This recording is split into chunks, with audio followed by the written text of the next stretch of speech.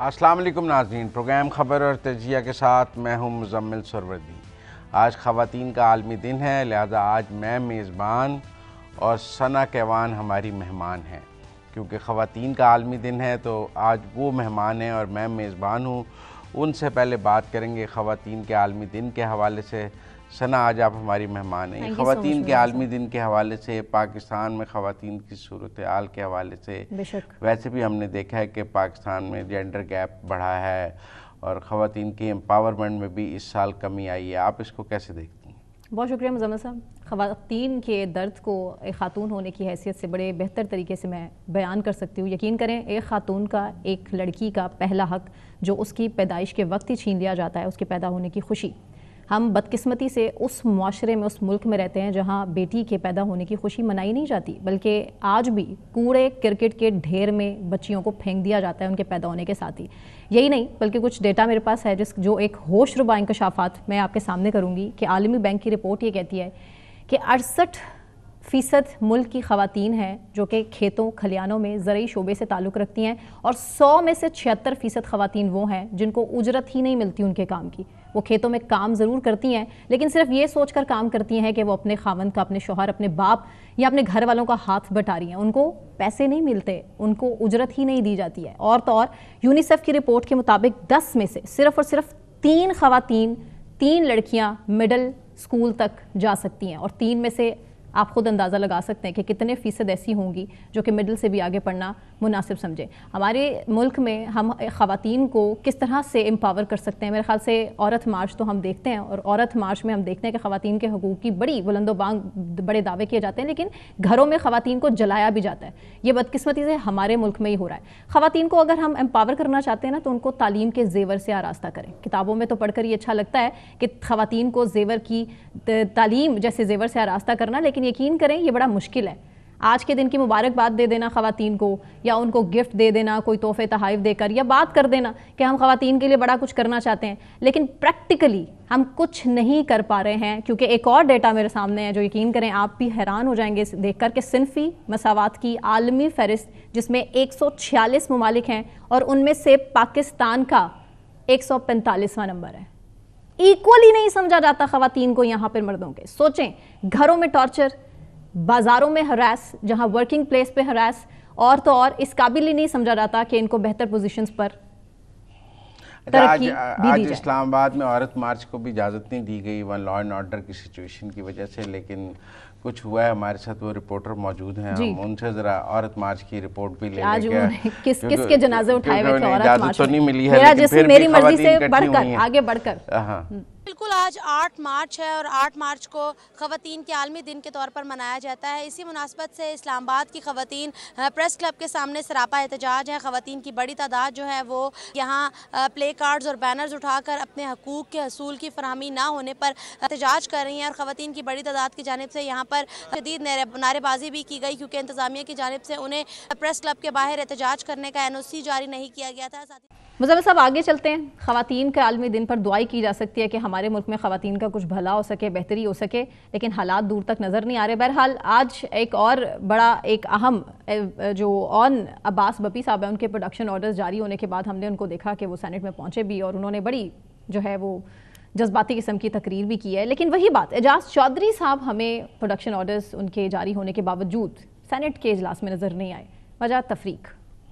پہلے ذرا یوسف رضا گیلانی صاحب کی رولنگ تو سنواتے ہیں نا، انہوں نے آج ایک تاریخی رولنگ دی ہے اعجاز چودھری صاحب کے نہ آنے پر۔ جی سن لیتے ہیں۔ However, yet again, the directive concerning Senator Ejaz Chaudhry have not been fulfilled, amounting to non-compliance with the lawful orders of the chair. This is not an unprecedented situation. When I was the Speaker of the National Assembly, a similar situation arose where production orders were not implemented. At that time, in the interest of upholding parliamentary privileges, I was compelled to refer the matter to the Privileges Committee. Once again, this House is faced with a situation where the orders of the custodian are not being implemented. Implementation نہیں ہو رہی، implementation نہیں ہو رہی۔ انہوں نے معاملہ استحقاق committee کو بھیج دیا ہے۔ استحقاق کمیٹی اب تفتیش کرے گی کہ ان کے پروڈکشن آرڈرز پر کس نے عمل نہیں کیا، کون ذمہ دار ہے، پہلے بھی نہیں کیا تھا اور پھر نہیں اس کیا، کو سزا دے سکتی ہے۔ اچھا، یہ آئین کے تحت استحقاق کمیٹی کے پاس اس کو جیل بھیجنے کا بھی اختیار ہے، اس کے پاس اس کے خلاف تادیبی کارروائی کرنے کا اختیار ہے. تو یہ کوئی رولنگ ایسی نہیں ہے کہ جس پہ نہ. لیکن میں اس سے پہلے کہ آپ نے مجھ سے سوال کیا کہ اون پپی صاحب کے پروڈکشن آرڈر اور اعجاز چودھری صاحب کے نہیں، دوہرا معیار کیوں؟ عمل ہو گیا اور اعجاز چودھری صاحب کے پروڈکشن آرڈر پر عمل نہیں ہوتا. تو آن پپی صاحب کا ایک شارٹ اور سن لیں آپ کو سمجھ آ جائے گی ان کا پروڈکشن آرڈر پہ کیوں عمل ہوتا ہے. یہ کچھ عرصے پرانا شارٹ ہے لیکن ہم آپ کو سناتے ہیں انہوں نے کیا کہا تھا. میرا نام آن عباس پپی ہے. میں آج 9 مئی کے واقعات کی مذمت کرتا ہوں اور میں سمجھتا ہوں کہ پاکستان کی تاریخ میں سیاہ دھبا ہے. یہ فوج اور یہ قوم لازم اور ملزوم ہے. اس وجہ سے میں پاکستان تحریک انصاف کی جنوب پنجاب کی صدارت سے مستعفی ہوتا ہوں اور تھوڑے عرصے کے لیے سیاست سے بردار ہونے کا اعلان کرتا ہوں. شکریہ.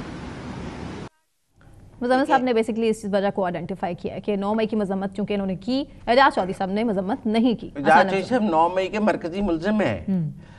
انہوں نے 9 مئی کی مذمت کی، تحریک انصاف چھوڑنے کا اعلان کیا، سیاست چھوڑنے کا اعلان کیا. کچھ عرصے کے لیے ان کے نزدیک وہ عرصہ پورا ہو گیا ہے اور وہ واپس سیاست میں اب آ گئے ہیں.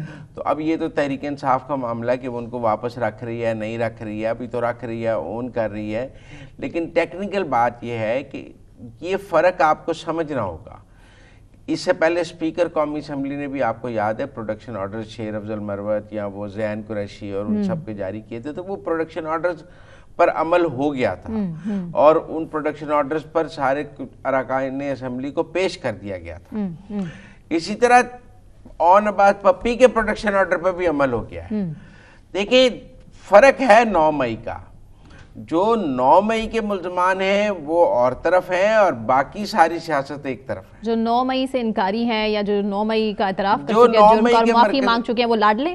جو 9 مئی کے مرکزی ملزمان ہیں، جو 9 مئی کے مقدمات ہیں جن کے اوپر، جنہوں نے 9 مئی کی مذمت نہیں کی ہے وہ ایک اور طرف ہیں. جنہوں نے 9 مئی کی مذمت کی ہے یا وہ 9 مئی میں ملوث نہیں ہیں یا وہ 9 مئی کے بعد تحریک انصاف میں آئے ہیں، وہ ایک اور طرف ہے. لہذا ریاست دونوں کو الگ الگ نظر سے دیکھتی ہے. آپ سمجھیں آن عباس پپی صاحب نے 9 مئی کی مکمل مذمت کی اور بلکہ تحریک انصاف چھوڑنے کا اس وقت اعلان بھی کیا. بعد میں انہوں نے دوبارہ سیاست میں آنے کا فیصلہ کیا، وہ دوبارہ تحریک انصاف سے ایکٹیو ہو گئے. بہت سارے لوگ جو 9 مئی پہ جنہوں نے 9 مئی کی مذمت کی اور وہ واپس پی ٹی آئی میں ایکٹیو ہیں، ان کو ریاست کچھ نہیں کہہ رہی. آپ دیکھیں ان کے ساتھ ریاست کا نرمی والا سلوک ہے. وہ اپنی پوری سیاست کر رہے ہیں. ان کے پروڈکشن آرڈر، ان کی ضمانتیں، ان کا آزادی اظہار، ان کا سب کچھ اپنی جگہ انٹیکٹ ہے. مکمل سیاست کر رہے ہیں. آج آن عباس پپی صاحب سینٹ میں گرجے برسے ہیں اور انہوں نے کہا ہے کہ جی میں آیا ہوں لیکن میں اعجاز چودھری صاحب کے ساتھ اظہار یکجہتی کرتا ہوں. ان کو بھی فیلنگ تھی اس چیز کی کہ غلط ہو رہا ہے. آن عباس پپی صاحب نے اعجاز چودھری صاحب کے ساتھ اظہار یکجہتی کرنی تھی تو 9 مئی کو کرتے. آج اظہار یکجہتی کرنے کا کیا فائدہ ہے؟ جب اعجاز چودھری صاحب 9 مئی کے مرکزی ملزم کے طور پہ گرفتار ہوئے تھے تب تو آپ نے مذمت کر دی تھی اور اپنا راستہ اعجاز چودھری صاحب سے علیحدہ کر لیا تھا. آج آپ کا اور اعجاز چودھری صاحب میں کیا مماثلت ہے؟ وہ 9 مئی کے ملزم ہیں، آپ 9 مئی کی مذمت کرنے والے ہیں. تو آپ تو 9 مئی کے مدعیوں کے ساتھ کھڑے ہیں نا، تو آپ ملزمان سے اظہار یکجہتی کیسے کر سکتے ہیں؟ آپ نے تو اس وقت 9 مئی کی مدعی فوج کے ساتھ، اسٹیبلشمنٹ کے ساتھ کھڑے ہونے کا فیصلہ کیا اور آپ نے مذمت کی اور اسد عمر نے بھی کی، بہت سارے لوگوں نے اور مذمت کی. تو ان سب کے لیے میں یہ کہنا چاہ رہا ہوں کہ جو 9 مئی ہے نا اس کو الگ رکھ کر دیکھیں. اور 9 مئی دراصل گلے کی ہڈی بنا ہوا ہے. 9 مئی کے جو تحریک انصاف کو بھی یہ سمجھنا ہوگا کہ جو 9 مئی کے ملزمان ہیں ان کے ساتھ اور جو 9 مئی کے ملزمان نہیں ہیں ان کے ساتھ ایک جیسا سلوک نہیں ہے. تحریک انصاف کے باقی تمام قیادت، میں اکثر کہتا ہوں کہ آپ بتائیں عمر ایوب، اسد کیسر، بیرسٹر گوہر، شیر افضل مروت سے لے کر کبھی کوئی گرفتار ہوا ہے؟ آن عباس اگر کوئی گرفتار بھی ہوتا ہے تو اگلے دن ضمانت ہو جاتی ہے 24 گھنٹے. عمر ایوب صاحب کو تو جس نے گرفتار کیا اس کے اوپر توہین عدالت لگ گئی کہ آپ کی جرت کیسے ہوئی عمر ایوب صاحب کو گرفتار کرنے کی. لہذا وہ لوگ جو 9 مئی میں ملوث نہیں رہے، جنہوں نے ریاست پر حملہ نہیں کیا، ان کو ساتھ ریاست جو ہے وہ اپنے بچوں جیسا ہی سلوک کرتی ہے. وہ پاکستان اور ریاست آن عباس کو اب کیوں گرفتار کرنے میں انٹرسٹڈ ہے؟ 5 ہرن کے شکار کا الزام. دیکھیں اون عباس پپی پہ 4 FIR ہیں 2024 کی بھی. کوئی انہوں نے کنونشن کیا ہے, کوئی کچھ کیا ہے, وہ جنوبی پنجاب سیاسی مقدمے ہیں دراصل. اچھا انہوں نے اس پر بیل نہیں کرائی ہوئی تھی. اب یہ کوئی ہرن کے شکار کا ایشو ہے جس میں انہوں نے کیا ہے, لیکن ٹیکنیکل بات یہ ہے کہ ان کا پروٹیکشن آرڈر امپلیمنٹ ہو گیا ہے, بیل بھی ہو جائے گی. وہ کوئی ان کی کوئی بیل میں رکاوٹ نہیں ہے, وہ میٹر آف فیکٹ اگلے 2-3 منڈے ٹیوزڈے کو بیل ہو جائے گی. لیکن اعجاز چودھری صاحب کا تو دور دور تک نظر نہیں, اس لیے میں نے کہا جو لوگ یہ نہیں.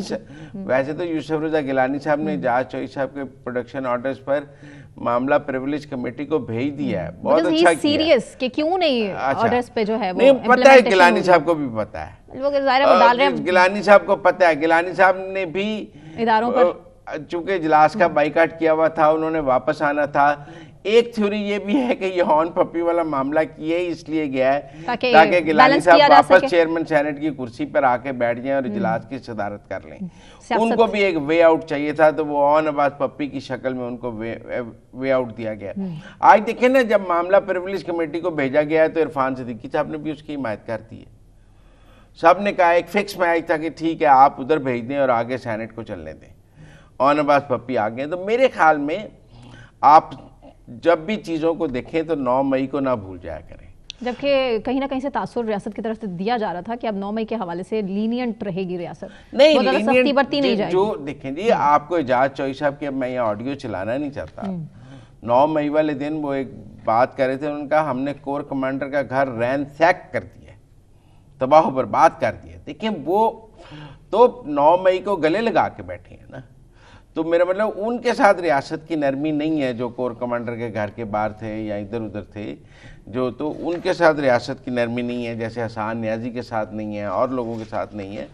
باقی جو اس طرح ہیں ان کے ساتھ بہت سارے لوگوں کی 9 مئی میں آپ کو پتہ ہے علیمہ خان وغیرہ کو تو بے گناہ بھی کر دیا ہے, اور بہت ساری خواتین کی ضمانت بھی ہو گئی ہے, بندوں کی بھی ضمانت ہو گئی ہے. لیکن کچھ لوگ آئیڈینٹیفائڈ ہیں کہ یہ مین کلپرٹ ہیں, ان کے اوپر ریاست اپنی گرفت ابھی نرم نہیں کر رہی ہے. تو لہذا میں نے کہا ذرا یہ اعجاز چودھری صاحب کے, اور ویسے گیلانی صاحب واپس چیئرمین سینٹ آ گیا تو آگے چلتے ہیں. بالکل ٹھیک ہے. مزمل صاحب اب بات پاکستانی حکومت کے ایک بڑے اقدام کی, یا پھر علی امین گنڈا پور صاحب کی کچھ آڈیو کلپس ہمارے سامنے موجود ہیں, ویڈیو کلپس, یس, اور ان ویڈیو کلپس کے بعد پھر ایک بڑا تنازع. کیا کہہ رہے ہیں علی امین گنڈا پور صاحب, پہلے سن لیتے ہیں پھر اس کے بعد ابصرہ جی. 220 ارب سے زیادہ پیسہ میرے صوبے کا فیڈرل گورنمنٹ اٹھا کے جا رہی ہے, ٹھیک ہے, اس میں بھی میں کہہ رہا ہوں مجھے دو. اب اگر یہ نہیں دیں گے تو میں نے ان کو ایک وارننگ دی ہوئی ہے اپریل میں, اور یہ بڑی کلیئر وارننگ ہے کیونکہ یہ میرے پورے صوبے کا مسئلہ ہے, یہ پولیٹیکل مسئلہ بھی نہیں ہے. یہ اگر یہ نہیں مانیں گے تو اس دفعہ جو میں پروٹیسٹ کرنے نکلوں گا تو میرے ساتھ پورا صوبہ ہوگا. یہ پولیٹیکل پروٹیسٹ نہیں ہوگی, یہ ایڈمنسٹریٹو پروونشل اپنے کانسٹیٹیوشنل رائٹ کی پروٹیسٹ ہوگی. اور ڈی چوک جائیں گے, پھر میں جہاں بھی جاؤں گا اور جو مجھے روکے گا پھر تو اس کو پتہ ہونا چاہیے کہ یہ اگر مجھے روکے گا تو اس میں پراپر ریئیکٹ کروں گا اور میں اپنی گورنمنٹ کی پوری فورس لگاؤں گا. دھمکی دینے میں تو علی امین گنڈا پور صاحب کا تو جواب ہی نہیں ہے نا. اس سے پہلے بھی بہت دفعہ دھمکیاں دی ہیں, لیکن جو کہتے ہیں وہ کرتے ہیں, بہت دفعہ نہیں بھی کرتے, پہنچ نہیں پاتے وقت پر, وہ بھی مصلحتاً نہیں پہنچ پاتے. میں یہ سمجھتا ہوں کہ دیکھو انہوں نے فنڈز کا تنازع کہا, ان کو کہا کہ میرے کو 220 ارب روپے فیڈرل گورنمنٹ نے دینے. اب اس کے 2 راستے ہیں. اگر ان کو زیادہ انصاف لینا ہے تو وہ سپریم کورٹ بھی جا سکتے ہیں, کانسٹیٹیوشنل پٹیشن بھی کر سکتے ہیں, جہاں سے آپ کو لگتا ہے انصاف مل رہا ہے پہلے ہی طریقے انصاف. نہیں, میرا مطلب ہے ایک صوبے کا اور وفاق کا تنازع تو اس کو آئینی بینچ حل کرے گا نا, وہ تو آئینی بینچ نہیں حل کرنا ہے. یہ کوئی 9 مئی کے ملزموں کے انصاف کا معاملہ تو نہیں ہے نا. آپ ذرا 9 مئی کو سائڈ پہ رکھ کے بات کریں. تو میرا ذاتی طور پہ خیال ہے کہ انہیں یہاں تو ایک کانسٹیٹیوشنل پٹیشن کرنی چاہیے اور اس میں انٹرونشن کرنی چاہیے. لیکن ٹیکنیکل بات یہ ہے کہ اپریل میں عمران خان صاحب دوبارہ ایک لانگ مارچ اور ڈی چوک کی طرف جانے کی کال دینے کا اندیا دے چکے ہیں. عید کے بعد وہ اپریل ہی آ جائے گا نا, عید تو 1-2 اپریل کو ہے. تو اب گنڈا پور صاحب اس کا مجھے لگتا ہے جواز بنا رہی ہیں, مطلب اس میں آپ نے ریاستی مشینری استعمال کرنی ہے, سرکاری وسائل استعمال کرنی ہے, سب کچھ کرنا ہے, تو مجھے ایسا لگتا ہے اس کا جو ہے وہ اس کا جواز بنایا جا رہا ہے. احتجاج کا بیانیہ اور ہوگا دراصل, لیکن طریقہ انصاف کا ہی اس کی آڑ میں اس کو لے کر پہ انہوں نے کوئی ٹون سیٹ کیا ہے کہ ان پہ چونکہ ہر دفعہ یہ الزام لگتا ہے کہ کے پی حکومت جو ہے وہ وفاق پر حملہ کرتی ہے, تو انہوں نے کے پی حکومت کے حملے کو جسٹیفائی کرنے کے لیے ایک کاز بنانے کی کوشش کی ہے کہ ان کے ساتھ زیادتی ہو رہی ہے, تو حکومت آپ کو لگتا ہے پہلے ہی فیسیلیٹیٹ کر دے؟ نہیں دیکھیں یہ میں نہیں سمجھتا, این ایف سی کے تحت انہیں پیسے مل رہے ہیں تو صوبہ چل رہا ہے نا. اب انہوں نے کوئی بیک بینیفٹس بنائے ہو, میں یہ نہیں کہتا, میں نہیں مانتا کہ آج صوبوں کو تو آٹومیٹکلی فنڈز ٹرانسفر ہو جاتے ہیں این ایف سی کے تحت ایک فارمولے کے تحت. جو ہی پول میں پیسے آتے ہیں ہر صوبہ اپنا شیئر اس کو چلا جاتا ہے. یہ کوئی انہوں نے بیک لاکس بنائے ہوئے ہیں. اب یہ بیک لاکس عمران خان کے دور کے ہیں, میں اس کی بحث میں نہیں جاننا چاہتا. ایسے تو سندھ کے بھی بیک لاکس ہوں گے, وفاق پنجاب کے بھی ہوں گے, بلوچستان کے بھی ہوں گے. یہ بیک لاکس کا معاملہ تو چلتا رہتا ہے, رائلٹی کا معاملہ, بیک لاکس کا معاملہ. لیکن صورتحال یہ ہے کہ اس کی بنیاد پر کیا ایک صوبہ وفاق پر چڑھائی کرنے کا اعلان کر سکتا ہے؟ یہ تو وہی بات ہوئی نا کہ پھر میں فوجیں لے کے چڑھ جاؤں گا. تو پہلے ہی وزیر اعظم صاحب کو پیچ اپ کرنے کے لیے نہیں ہاتھ آگے بڑھانا چاہیے. وزیر اعلیٰ کہہ رہا ہے کہ جب مجھے وفاق نے پیسے نہ دیے تو پھر میں صوبائی فوج لے کے تو مرکز پہ حملہ کر دوں گا. یہ کوئی مغلوں کا دور ہے, سوال کیا گیا ہے کہ آپ اسلام آباد میں ڈی چوک میں جائیں گے, انہوں نے کہا کہیں پہ بھی نہیں حملہ ہی کرنا ہے نا. یہ کوئی مغلوں کا دور ہے, یہ کوئی قبائلی دور ہے, یہ ایک سسٹم کے تحت گورنمنٹ چلتی ہے. مجھے سمجھ نہیں آتی کہ ایک وزیر اعلیٰ یہ ایسی بات کر بھی کیسے سکتا ہے. بہرحال دوسرا شارٹ بھی سنوا دیں. جی علی من گنڈا پور صاحب کیا کہہ رہے ہیں, پہلے سن لیے.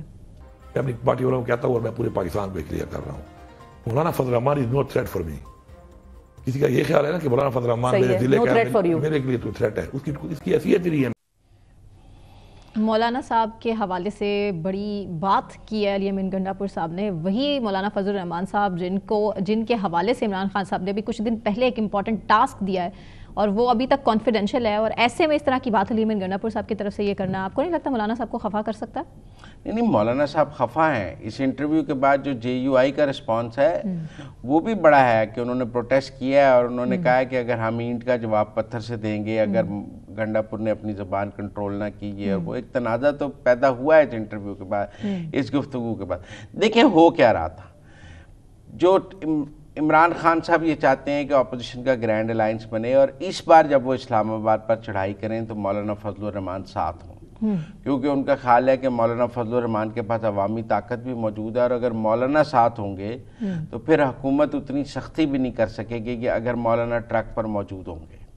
اور مولانا کے ساتھ اور محمود خان اچکزئی اور باقی ماہ رنگ بلوچ, منظور پشین, ساری جس طرح کا ایک گلدستہ عمران خان صاحب چاہتے ہیں کہ اگر یہ سب لیڈر ہوں گے تو پھر گورنمنٹ کے لیے اکیلی پی ٹی آئی کو مارنا بڑا آسان ہے, لیکن اگر سب سٹیج پہ ہوں اور سب ساتھ آ رہے ہوں اور ساری پارٹیوں گورنمنٹ کے لیے ذرا مشکل ہو جائے گا اور اسلام آباد دھرنا بھی دیا جا سکتا ہے.